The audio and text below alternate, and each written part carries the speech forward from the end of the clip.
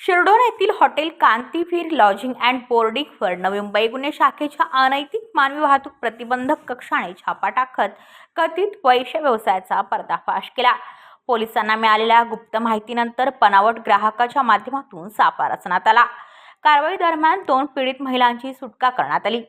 या प्रकरणी lodge manager प्रकाश गणेश गुप्ता, असगर फकीर शेख आणि वेटर प्रियरंजन लालोराय कुमार राय यांच्या विरोधात पनवेल शहर पोलीस ठाण्यात गुन्हा दाखल करण्यात आला आहे।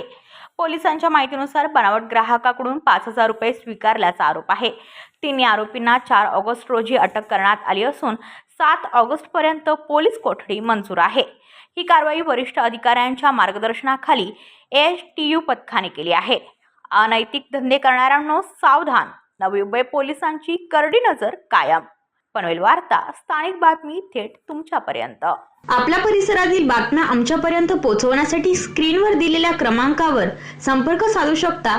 दूरध्वनी क्रमांक 8652414343।